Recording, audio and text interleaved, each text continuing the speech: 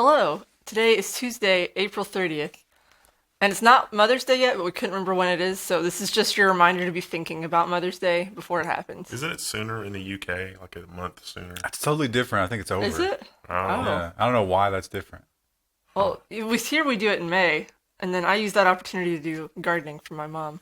If you're in the U.S. and your mom's in the UK, I guess you celebrate wherever she is. Is that the rule? Either way, you'll be wrong. You got to celebrate it twice. I can tell you now. Which side of the road do they celebrate Mother's Day on in the UK? That wasn't a good joke. Well, Let's I start out. get it. I ain't laughing. But All right, just rub it in, Krista. Thanks. It's just business today, right? Because business, so we got a bumper crop of business news. Who was 40 minutes late, Krista? I wasn't 40 minutes late. I was 30 because I overslept. It's 2:43. It's fine. Anyway. Let's start out talking about Elon Musk because everybody loves it when we talk about Elon Musk, especially when it's negative. Yes. Literally everyone likes negative news about Elon Musk. We never get comments to the contrary. But hey, maybe you will, you sycophants will like this one because I think this is a net win for the Musk. It definitely is. The Elon Musk has made a deal with the SEC not to discuss Tesla's finances without a lawyer's approval. So this still has to be approved by a judge, but the SEC and Musk have come to an agreement about what exactly he's going to tweet. And the bullet points in the article Yeah, we got to take a look at those. they're pretty, I mean, it seems like not bad. Like There's a lot of them. It's like my free speech, but no, this is reasonable. Well, but you say that, but if you go back through his Twitter, this is probably 30% of them, if not more. Yeah. So Oh, we're going to acquire some company nobody's ever heard of, and it's just like, what? No, you can't say any of that. Nothing. Literally none of that. now it might seem like not a win because you're saying, well, how's that good for him? Because really, this only limits what he can say. But this is probably in lieu of jail time. Yeah. Because he was held in contempt for doing what he did before. Oops. But are you telling me that the person who was supposed to monitor his Twitter before was not effective and now they have to hire a lawyer to do it? Well, he was supposed to report to the board, but he never did. So they never got a chance to. So now there's a lawyer who must be the approval process for all tweets. You think that's actually going to happen, though? We could probably build an app for this. Assuming the judge approves this. Now, there was that other thing. Was it the Tesla case where the judge threw it out because it wasn't enough punishment? It was one of the big tech companies. And when it got to, they made one of these deals. And when it got to the judge was like, no, not going to happen. Make it worse. But assuming the judge does approve it, since he's already had one risk of contempt, I'd say the first tweet that gets past that goalie, he's going to be in real hot water. Yeah. So, I don't think he'll care, though. I mean, just based on his past behavior. But well, if he has I to go could to be jail, wrong. he'll care. I don't think the Musk man would survive well in county. I don't think he would go to that kind of prison, though. I think he'd go to, like, fancy rich Well, in people your prison. initial arrest, you have to go to county jail. These kind of agreements are always, I would think that there should be some language in here, like, if you do this again, it's going to be at least this bad. Maybe. Because that would be, it's like, oh man, I can't tweet that because that thing's hanging over me. We'll That see. thing being the lawyer on, like, a wire. Like he's a spy. The lawyer of Damocles. Oops. I pushed the button when I didn't want to. Let's also talk about Tesla's robotaxis. I like the quote from Musk here. And this seems like a quote that would be banned under the new Twitter agreement. Yeah. Was like, Well, this wasn't tweeted. They had a event. well, I mean, still. Either but, way, he announced it to the public. It was Autonomy Day. yeah, it's like, by 2020, we're going to have 1 million robotaxis on the road. And it's like, doubt. X-doubt. Yeah. And not only did he say that, but one of his recent tweets and the risky tweets was somebody was talking about the devaluation of Teslas and how Teslas were not an investment because cars are not an investment. They lose value constantly. And he As soon as said, they get off the lot, in fact. he said that's not true because once we roll out the autonomous taxi mode, your Tesla will appreciate because it will be like a taxi cab medallion. And well, that sure seems like material guidance, doesn't it? But so he's really, really putting a lot of eggs into the old robotaxi basket. If someone can afford a Tesla, like, do you think they really care about, making money on the side like No. that? Well, if you get the $35,000 Wow. one, I mean, do we really think that's wise, though? It's like, if you're struggling to afford a $35,000 vehicle on the off chance that someday it might pay for itself, that's probably not a wise investment. Oh, no, absolutely not. But I'm saying But you should buy anyway. he's leading everybody to believe this is a sure thing. Now, they do have a new self-driving chip that is in cars. It's already in the new ones. I don't know when it started exactly, but if you buy one now, you're going to get it. The Automation Day demo of the self-driving thing, like where they are with the new software or whatever, was genuinely impressive. But I wonder about how controlled that environment was, or how many runs they did. And it's like, oh, we did 7 runs, and this one was the most perfect. All right, sounds good. We did it through a tiny town in Indiana with no hills and everything's on a grid. He also left a little bit of an escape route there by saying that his timeline wasn't for regulation to catch up, just for the technology to be there.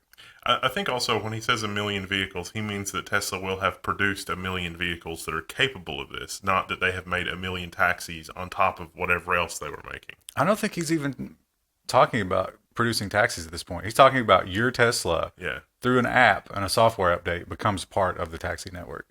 Well, obviously. And he's only going to take 20 to 30%. Generous. The old steam route. Well, that Elon isn't Musk the is a generous god. that isn't the only insane thing that he said at Autonomy Day. He also introduced this nugget, which, if this happened to me, I would probably shoot somebody. Elon Musk says Tesla will allow aggressive autopilot mode with, quote, slight chance of fender bender, unquote. Now, I have this headline is completely accurate, but also slightly sensationalist, I would say, because he was specifically talking about driving in LA. Driving in LA is like shoving a pencil in your eye. It's not a pleasant experience, and it leaves a permanent scar. It changes you in some sort of fundamental way. But you should, when you're building something like this, everything should be on the side of safety.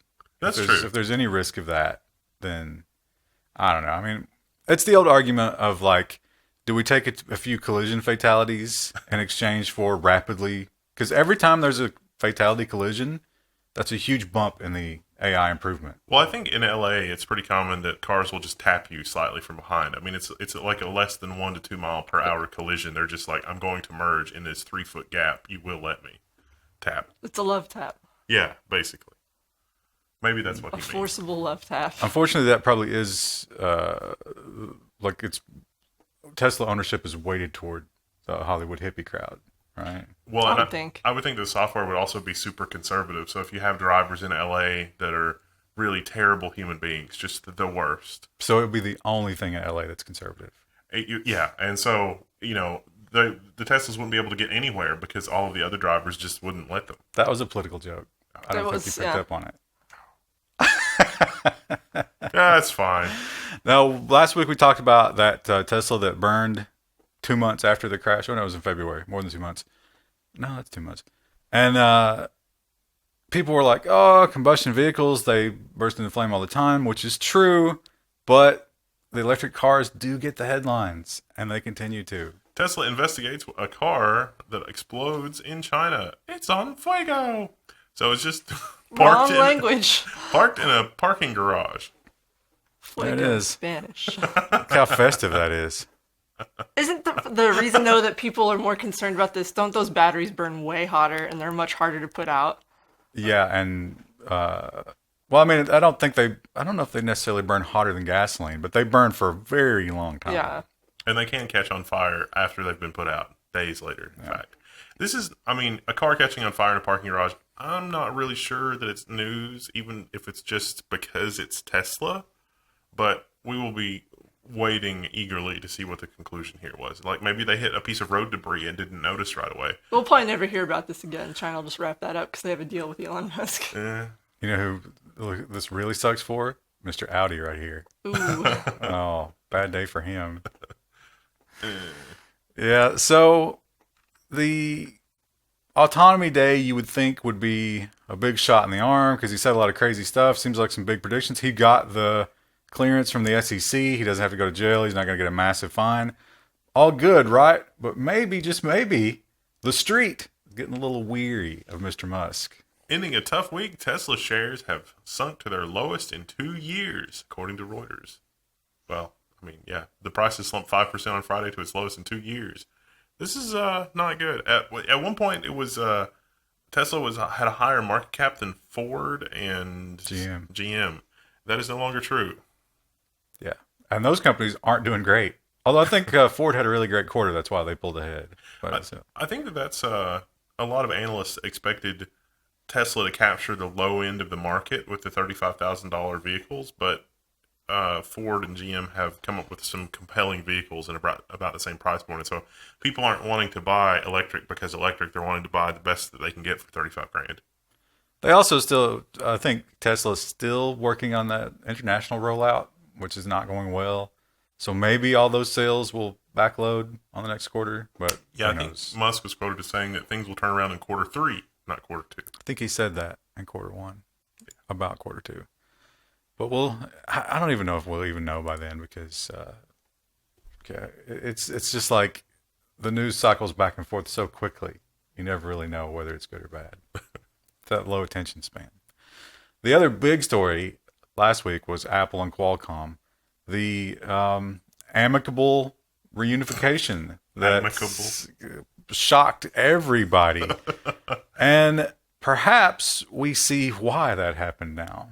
Apple allegedly plotted to hurt Qualcomm for years before it sued the company. Qualcomm presented internal Apple documents during its opening arguments in court that showed Apple's efforts to pressure it. Now, it's not like the way that the court system works is not like, surprise, here's all the stuff. Qualcomm's lawyers would have given all of that to Intel's lawyers ahead of time. So none of the stuff in the opening arguments would have been a surprise to Apple. But it is really interesting that Apple literally waited until the trial started to do it.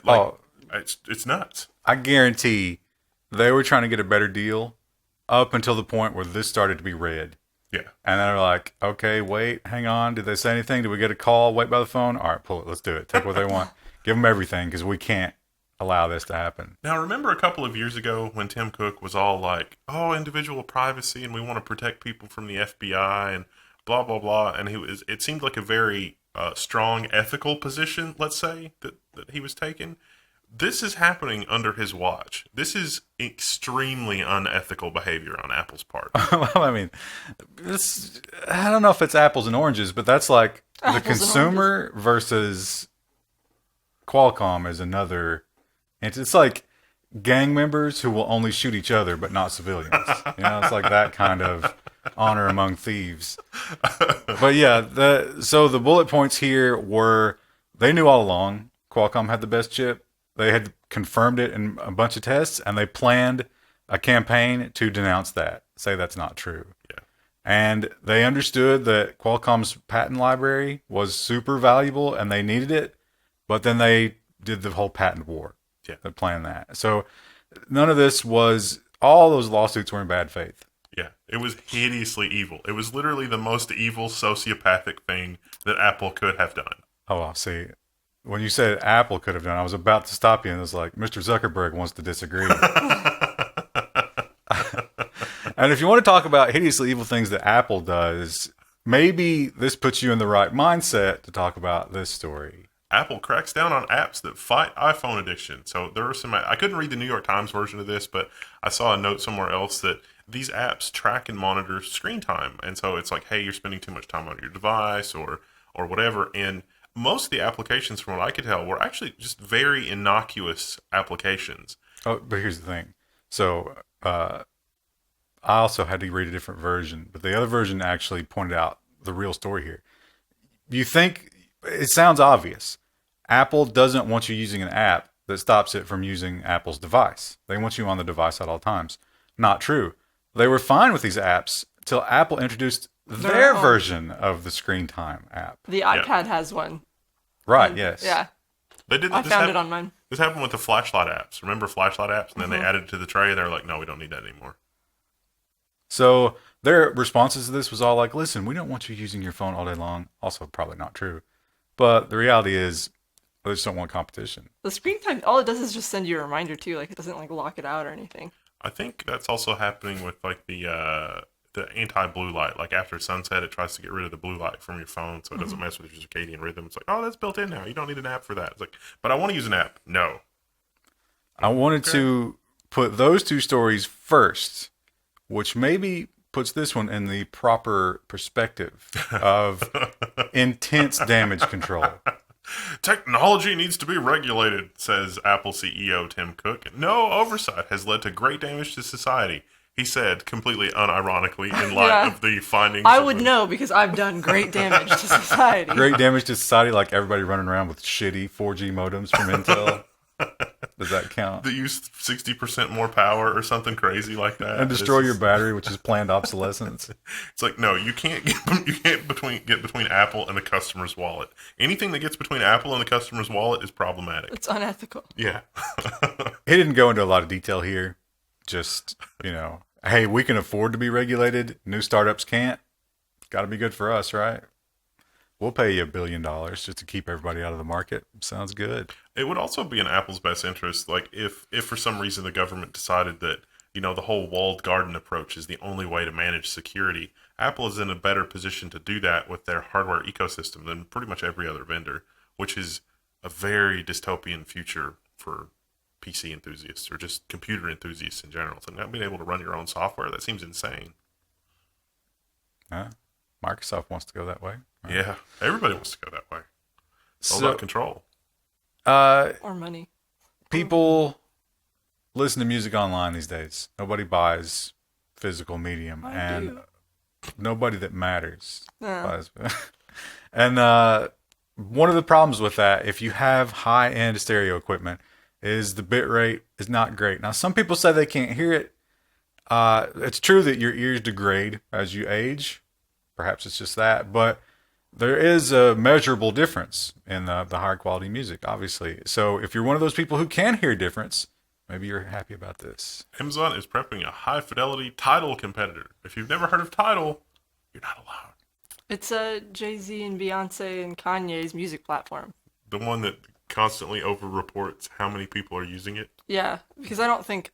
You could listen to Lemonade on YouTube. And Beyonce couldn't hide it. Oh, but it's garbage bit rate. But also, I think half the artists on TIDAL are suing it because they're saying they're not paying out. Ooh. So, anyway, this one is going to be, what was it, like 24-bit? When you get up on specs in here. CD quality is 44/16, and this one's going to be Master's quality. something /24. 24-bit. 16-bit is FLAC, if you've ever used FLAC files. But I do think that at those levels, when you get up to like a 320 MP3 or something, I have a tough time telling the difference. So maybe it doesn't matter to me, but some people care. So maybe you're just old. I'm gonna have this amazing service, and I'm gonna listen to it on a literal tin can. But that is going to be $20 a month. I wonder how much inclusion they'll have. Every once in a while, I'll find something that Google Music doesn't have the rights to. So I wonder how much this thing will have. How crazy would it be to sign up for like the Amazon stereo service, and they like send you the stereo with the built-in Alexa and like all of the stuff, and that's just like the monthly fee. It's like, oh, I don't want this anymore. It's like, great, send us your stereo. There is no way the Alexa speaker is good enough to tell the difference. No chance at all. So this article, I suppose that a lot of people are surprised by this. This is not surprising to me. Even this doesn't move the needle one bit. Of course we knew they were doing this.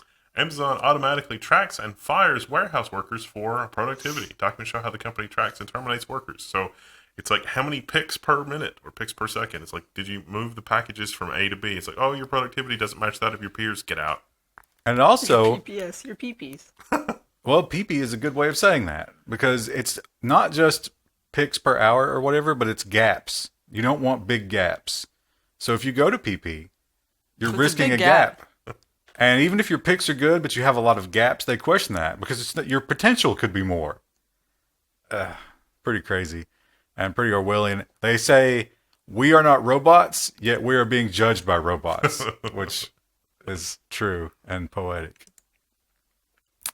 Here's the thing about that. I feel bad for these Amazon workers. I really do. And I think it's a terrible way to live. And the jobs market in America, despite what the TV tells you, is probably not great enough that they can just pack up and do something else. But I really want this.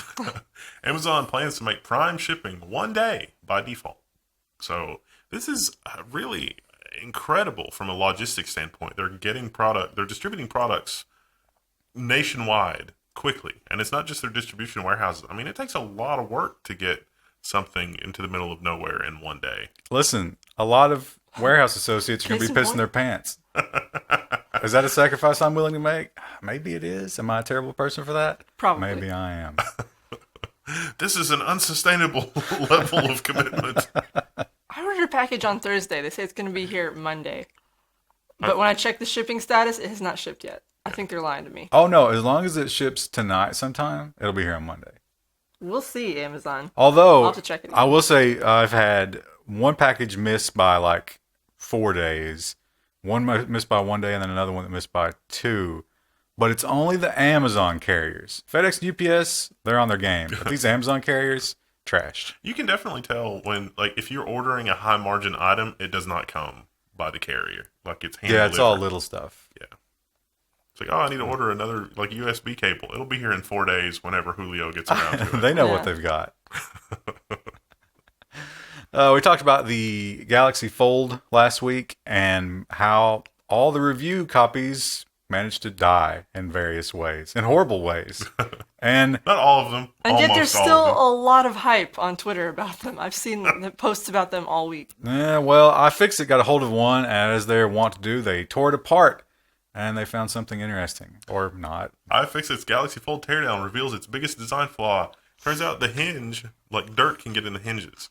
And there's actually kind of a lot to the story because Samsung has a Galaxy Fold folding robot that folds the Galaxies like 200,000 times, and it's fine. But it's probably in a clean room. Yeah, they didn't test it with like somebody. In real world conditions. Yeah, I mean, people are dirty, nasty creatures, and if the phone isn't completely hermetically sealed, it's just going to end badly. I cannot imagine they couldn't have seen that coming.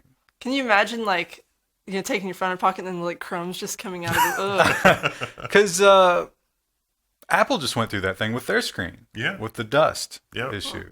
And Yeah. that's a desktop. Like, okay, so I've got this. Oh yeah, there's just so much gunk in the microphone when you hole. take- And, when you oh, take man, that's just nasty. Take a cover off your phone, you're like, oh, what was happening in here? Yeah. What sort of disgusting thing? What am I?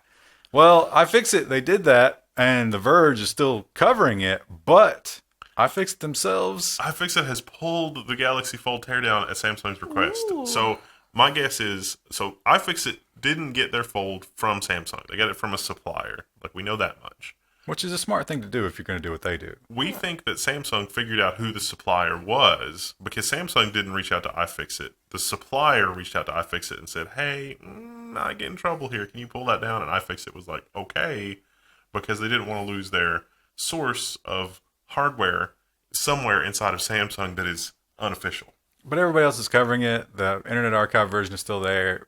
It's kind of a Streisand move. Yeah. Samsung has postponed the Galaxy launch. I saw that. So they clearly know something is wrong. Or maybe they're just using that short attention span. Just wait it out. Let everybody forget. And then be like, look at the shiny thing again. And We fixed it. And then Yeah. they didn't actually fix it. They just let dirt and crumbs get down in it again. Remember when Google was angry about a bunch of stuff? Mostly like there was women's pay. And there was the Dragonfly thing. And basically, They're just angry. a lot of people at Google all of a sudden woke up and were like, oh, wait, are we building the Death Star? Should we be worried about this? And they were, and they had a walkout. And now Google has, enough time has passed, the attention span has shifted, and Google has taken action. Google Walkout organizers say they're facing retaliation. There's a lot of anecdotal reports here, but for me the most compelling one was someone like her manager basically stopped communicating with her, and it's like, okay, fine. And then her team was reassigned. Okay, that's kind of weird. And then she got some kind of an email or something that was like, you're going to be demoted and you should like take some sick leave and stuff like that. And it doesn't say why, but you can't just like, there's labor laws. So it's like, obviously Google's not hemorrhaging for money, so it's not like a downsizing. And it's, it's not a for cause kind of thing. There's no like HR for cause kind of thing. And it's not it's a weird situation. And so her lawyer sent HR an email that was like, "Can you explain?" And they were like, "Oh, that we didn't mean demotion. We used the wrong word." But We just mean that she doesn't get to get as much pay, and her team's being moved out from under her, and don't worry about that. yeah. So I don't know if the pay was affected, but it's I would think so if you're being demoted. yeah. She said that it felt like a very hostile work environment, and so on the employer side, I could see that if you're spending all of your time causing trouble at the employer, that would be undesirable. But if it's like, hey, let's just do a back of the envelope check to make sure that we're behaving ethically, that doesn't seem like being a constant troublemaker. But in Google's defense, I bet these people are insanely annoying. There was also another woman. I don't think it might have been the But if same she's one. doing her job, does it matter? She was working on AI ethics, like that was her thing, and they were like, "You will no longer ever work on AI ethics again. You will work on something else to be determined later." Well, that was like they're disbanding the AI ethics committee, but they didn't really. They just had all the people that were on the committee go to another committee without the other person. Well, now there's a backlash to the backlash of the backlash, and Google is making concessions. So the Associated Press is reporting that Google has updated its misconduct reporting amid employee discontent. This is the sexual harassment thing, not the dragonfly thing. So these are two different scandals that are going on sort of simultaneously. And outsiders, like, we don't know. Like, I don't know what to make of this because this has been so weirdly reported everywhere that is this just Google collapsing on itself due to, like, managerial overhead and having so many different people that are... I mean, if everybody's like nose down, it's like, I'm working for Google, I'm living the dream. It's probably good. But if everybody like pokes their head up and it's like, now wait a minute, what are we doing again? They're going to start to have an opinion. And then that, level of organization, just work on what you're told, sort of goes away. Remember when the data cap, I don't remember if it was Comcast, but one of them had a data cap of 200 gigabytes. And they stated that it was like Bill Gates' thing about memory. It's like, no one's ever going to use 200 gigabytes. Are you stupid? That's just not ever going to happen. Why would you? Narrator, it did. And we've now hit the point. Although the Comcast data cap is 1 terabyte, we have now hit this stage. Comcast usage soars 34% to 200 gigabytes a month, pushing users closer to a data cap.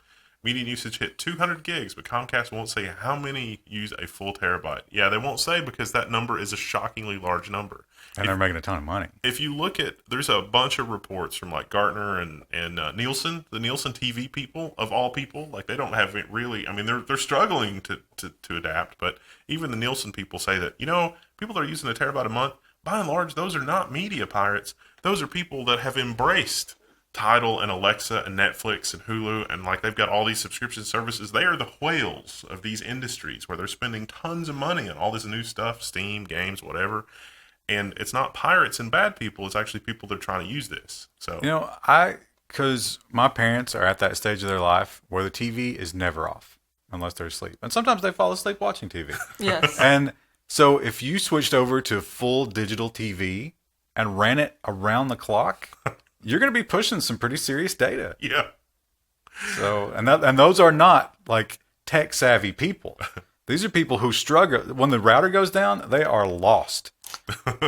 But they could push a lot of data just because everything's going over the internet now. Let's also not forget that Verizon and those companies will say that doing the fixed wireless on the side of your house, no wired infrastructure, and having a cap on that of like 25 to 50 gigs a month is totally fine for most people. Not so much. The normies need their data now. If all you do is check your email, that's probably fine. But if you actually want to use your internet for anything, not so much. We have a very, very, what was the one that just did the IPO? Was it Lyft? No. It was. Was it Lyft? I think it was Lyft, which is surprising. I'm surprised Lyft beat Uber to that. Yeah. So I think the Lyft IPO went under the initial price, right? It was a little disappointing. Yeah. And so Uber is probably a little bit worried about that because they are about to kick off their own IPO, and you want that big valuation in the beginning. So this should worry them. Uber drivers plan a strike to kick off 2019's most hyped IPO. These drivers are asking for, quote unquote, a living wage. Look at this. Look at this image. I don't think that sign is big enough. It's literally like they just printed it off. It's like the basic Calibri font from Microsoft Word. Well, they probably did it in the car while they were driving over it. They don't have time to make posters, Krista. They're grinding out that Uber salary. Listen, what if I need glitter? How am I supposed to take it seriously without glitter on your sign? So yeah, they talk about how Uber drivers used to make a lot more, but now there's more competition because more people are doing it, and they've introduced all these various fees and structures and stuff, and so they're not doing as well, and they want to be paid more. They want to be treated like employees. Same old argument. In some jurisdictions, they have to be treated like employees, which is interesting. But traditionally, they have not been able to band together very well because, how do you get in touch with other Uber drivers, right? Uber's not going to tell you who they are. Yeah. But they've formed some sort of thing to find each other, and they're trying to take this uniform action. Be interesting to see how many scabs there are, because in that kind of freelance mentality, don't you think people are just going to step up and fill in the gaps? You'd think. Well, we got some hardware news this week, but unfortunately for me, it's all laptop hardware, which I don't care about at all. NVIDIA GeForce GTX 16 series Turing-based laptops assault mainstream gaming market with major OEMs. So finally, those RTX cards, they got the big old silicon dies that make a lot of heat. Not the best for laptops. But these are RTX off. Yes, these are all RTX off. The GTX. So it's looking like the power efficiency and the performance is not really that much improved over the previous generation. A little bit. But mainly you get, I think, more memory bandwidth and a couple other bells and whistles, like a slightly newer silicon. But the new laptops are coming out. So, but these particular cards that are out right now are only the high-end ones. Yeah. So unless you want a big, loud, dual fan, beefy gaming laptop, a slab, probably not going to excite you. But if you do want that big, beefy gaming laptop and you want that sweet NVIDIA card, there's only one flavor that goes with that, and that is the hot new Intel chips. Oh, it's hot. It's real hot. Intel's 9th generation mobile core chips aim for the high end, rocking 8 cores at up to 5 gigahertz. Asterisk. Yeah, that's a massive boost. Almost 2 times. Where's that table? Look at the boost difference. Oh, that one's even more than 2x. Yeah, I mean 2.4 to 5.0. So 5.0 is going to be on like 1 core for a very little while. Not enough for a Fortnite round. Aw. We do love Fortnite here at Level 1 Tax. Not running continuously, no. And those are 14 nanometer because Intel. Well, now what was the last 10 nanometer promise? 10 nanometers on track. It is completely and that 100% was on track. Late last year, early this year, right? Yeah. Well, I guess it's still on a very slow track.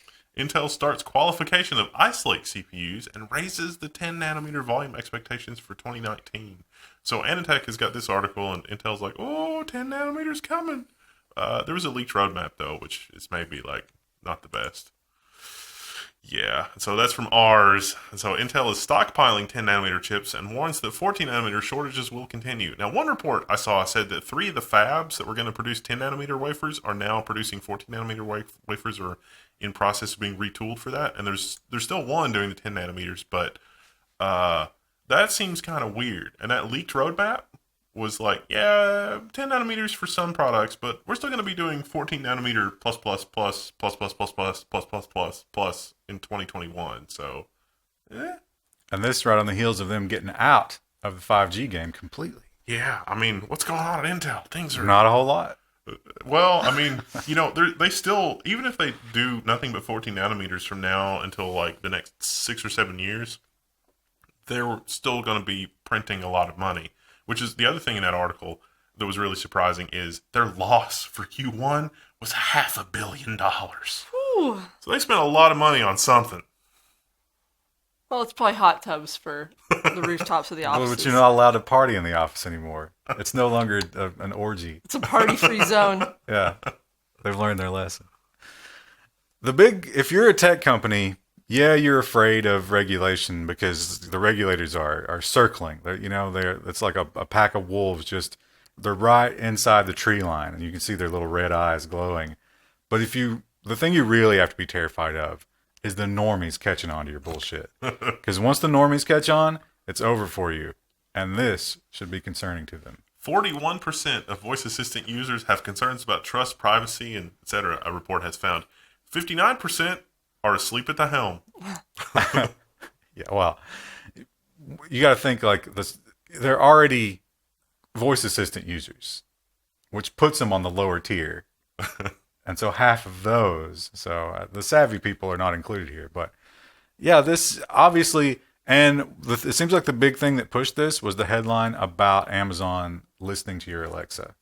PSA also, if you've ever used the Google like voice dictation, voice assist thing, and if you go to your Google account profile page, there's a good chance everything that you've ever asked Google to type for you, there's a recording of. You can download from your account page.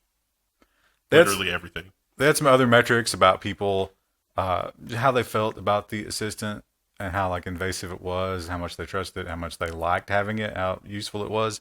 And it seems like for the most part, people are happy with them. They're just suspicious of them. As you should be. Yeah.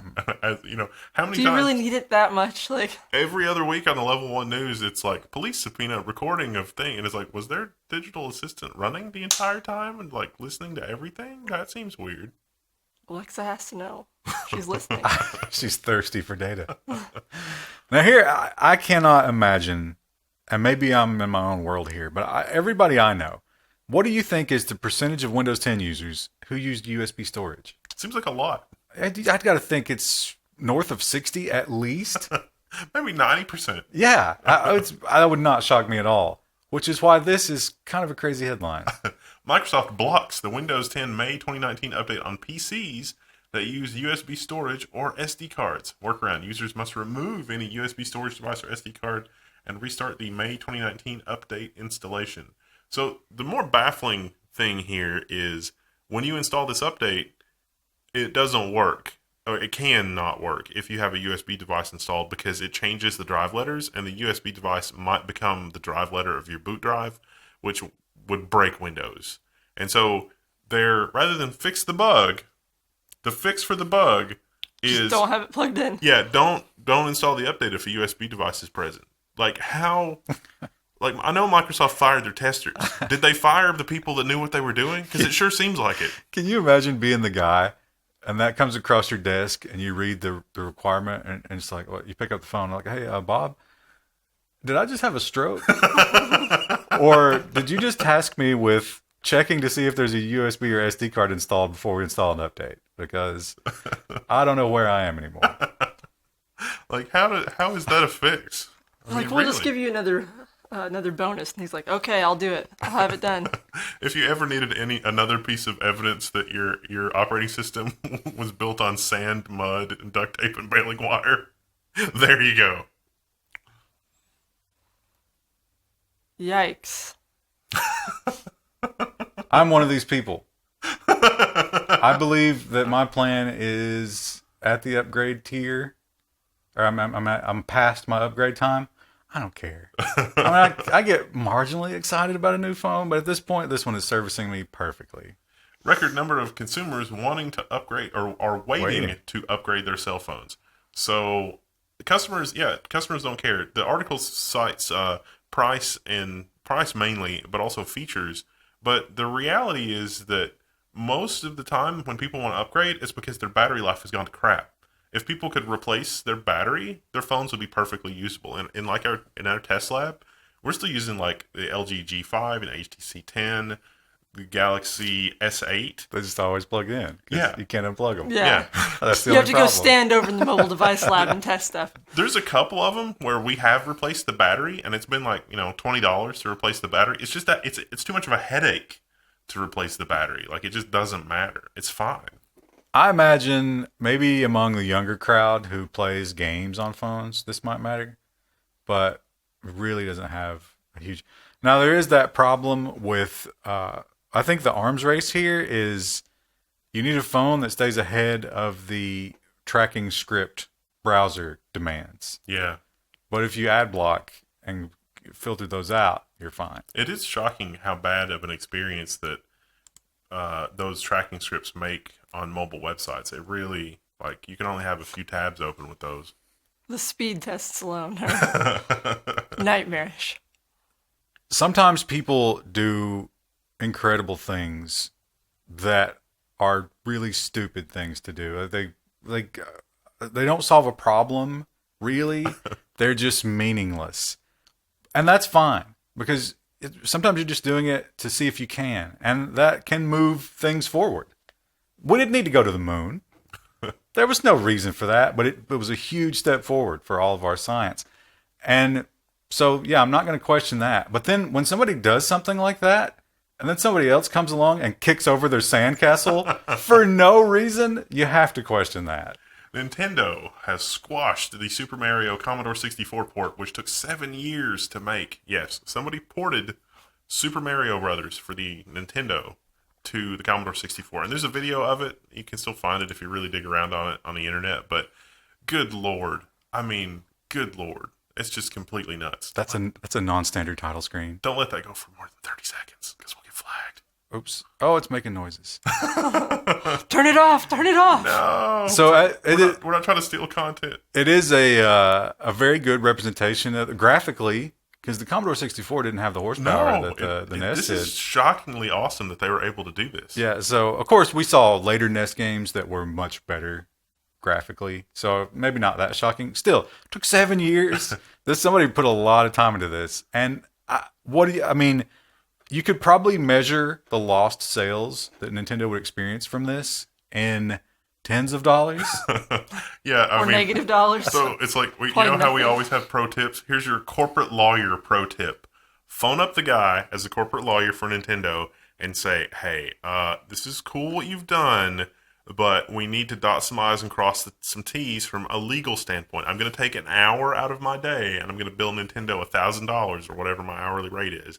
And we're going to give you a license for this Super Mario stuff. I need you to send me $35. You're going to license this for basically non-commercial use. We're going to draw up this little contract. It's only for the Commodore 64, blah, blah, blah. And then you can distribute it for free on the one website that's on our list.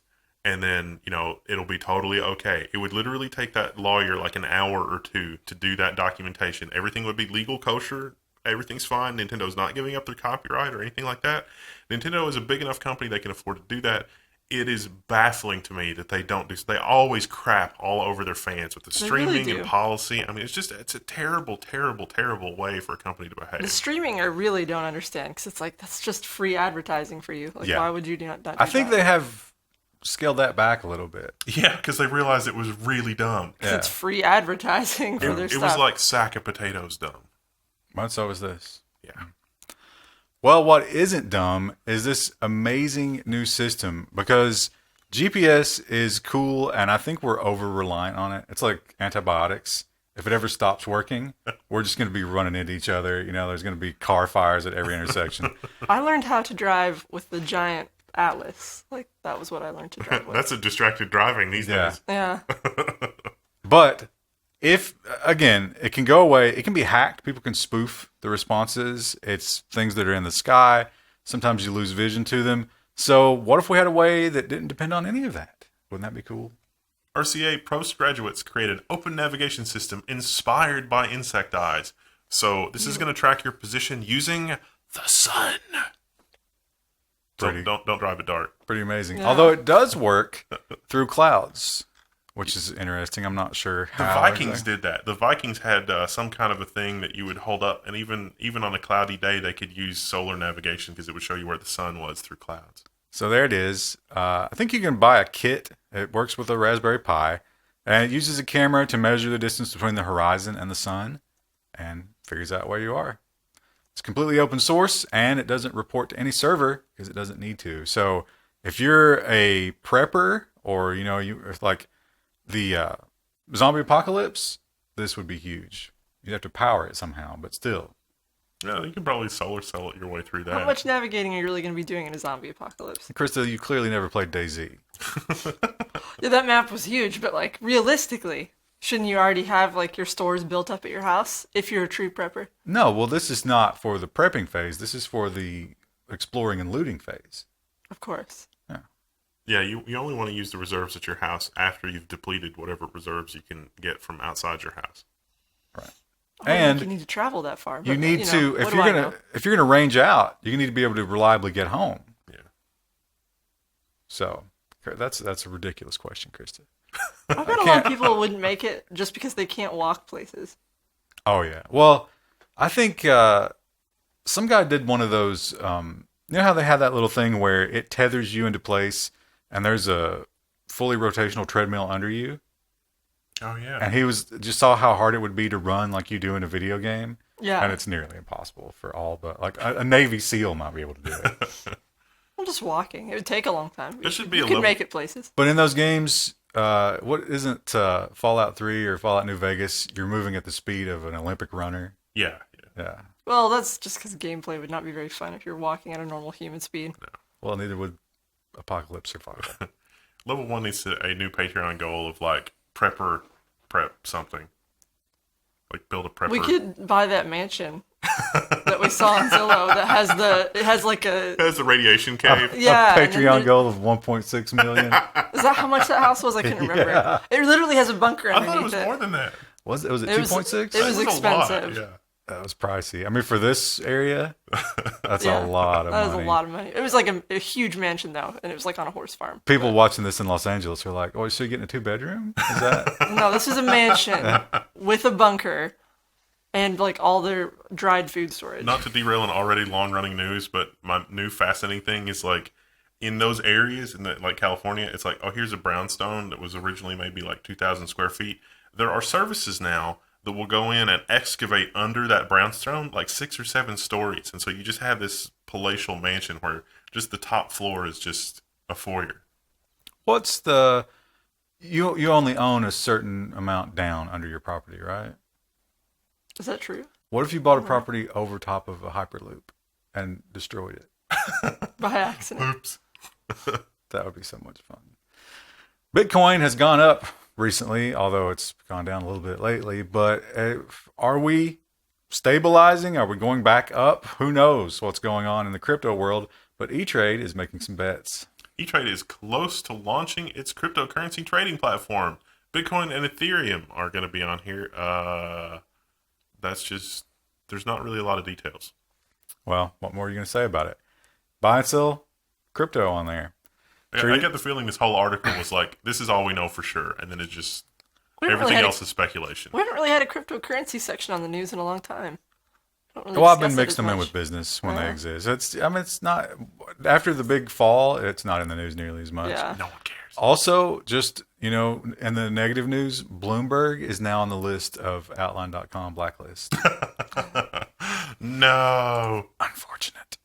And here we're just talking about why maybe Bitcoin is going down recently. Bitcoin has dropped 7% on allegations of an $850 million fraud by Bitfinex, the New York Attorney General says.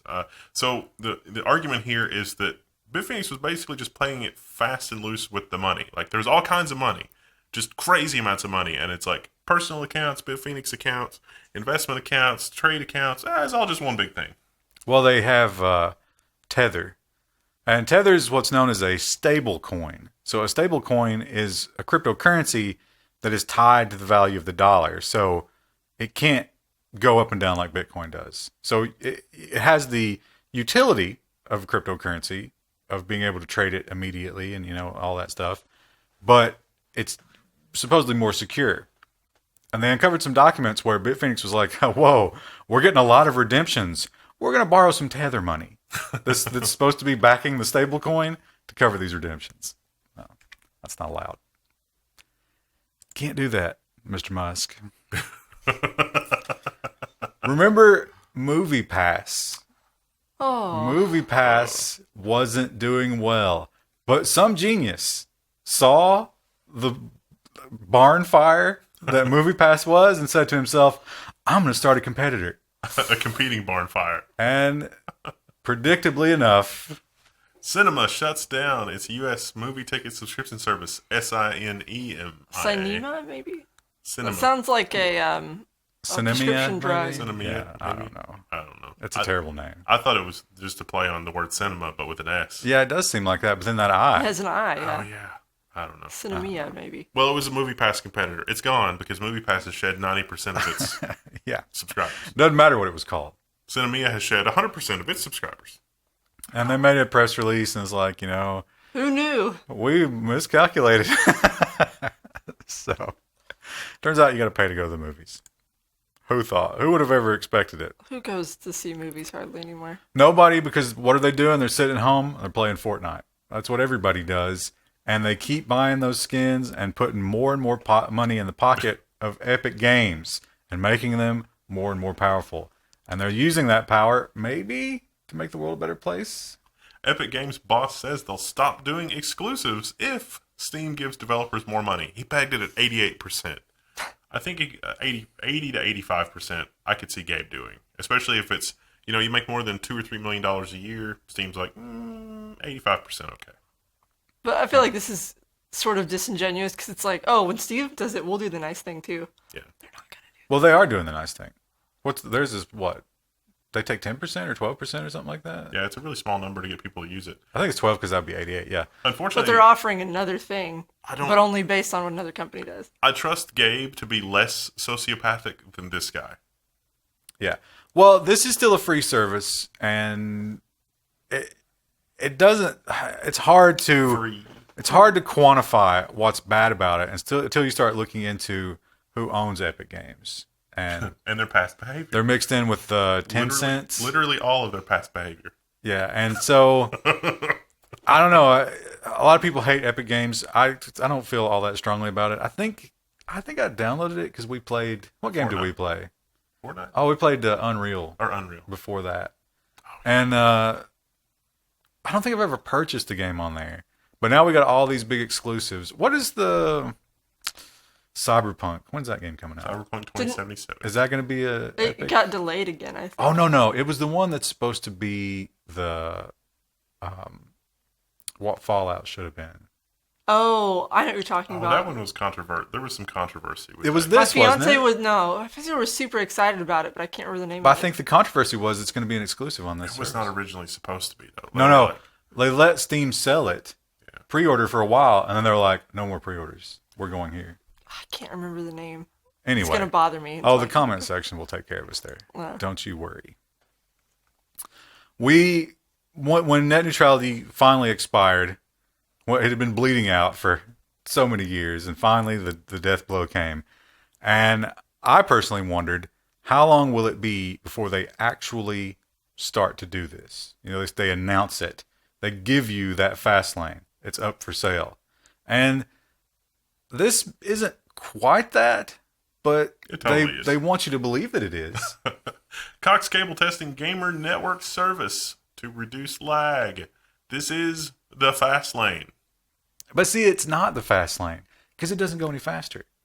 It doesn't seem to do anything, really. It's supposed to give you a better ping for certain games because it finds a better route. Well, here's how this is going to be implemented. Like, the network admins are going to sit down and they're going to look at it and they're going to be like, all right, this person is paying for the service. If this person is sending traffic to like this whitelist of like 7 servers, it's going to go over this connection with a peering provider that's not garbage. Otherwise, it's going through all of your traffic is going to be routed through like Dan's bargain basement level 5 service provider, transit provider, and that's going to be routed through outer Mongolia and then back to the United States. And that is going to be a terrible, terrible gaming experience with lots of packet loss.